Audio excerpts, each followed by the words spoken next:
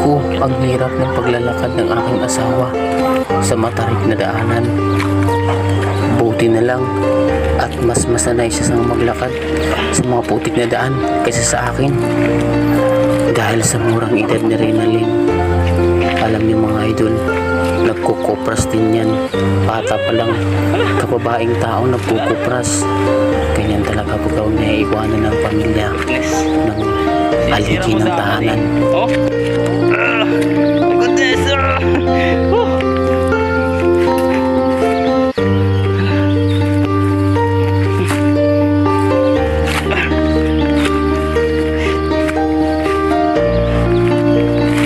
Maputik mga idol kaya madulas.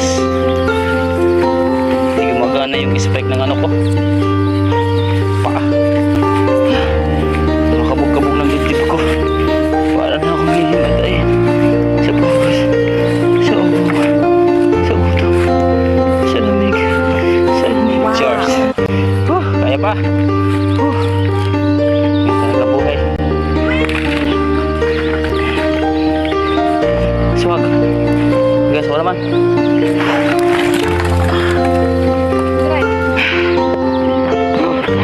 Buhay na isang magkukupras. At ganito yung daan. Akyat baba. Umakyat baba lang sa bundok ay sa nyog. Akyat baba pa rin sa daanan. Ayan mga idol. Ito ba? Meron pa dun.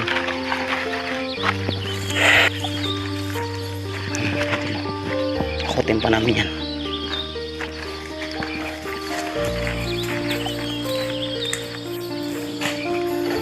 Putik ng daan mga idol.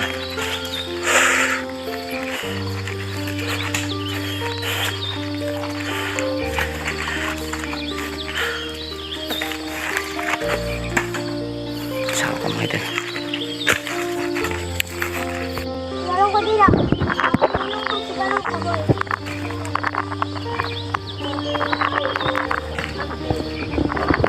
Ano kahoy?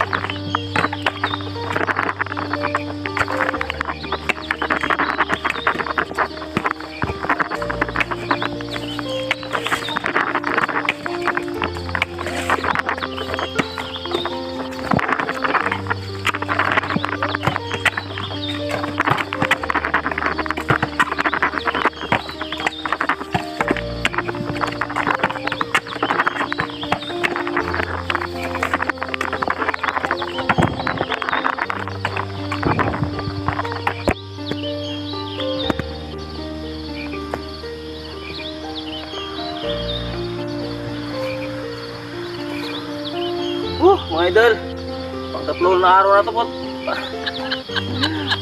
Patat. Ito ang mga pagsalita mga idol. Pang tatlong araw na po ito. Grabe.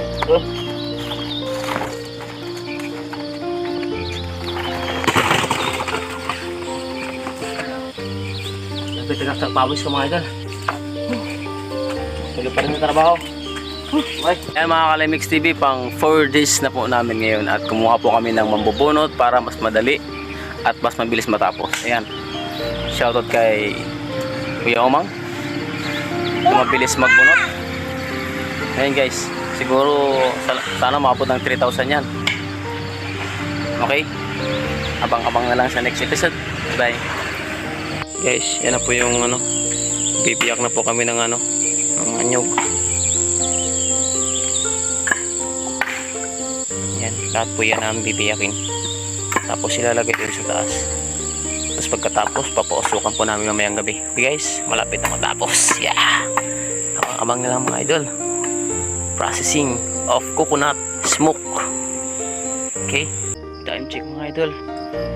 Alas 5 na po ng umaga. Grabe. Hindi pa lang po kami matagal nagsisimulang magpausok kasi panay ulan.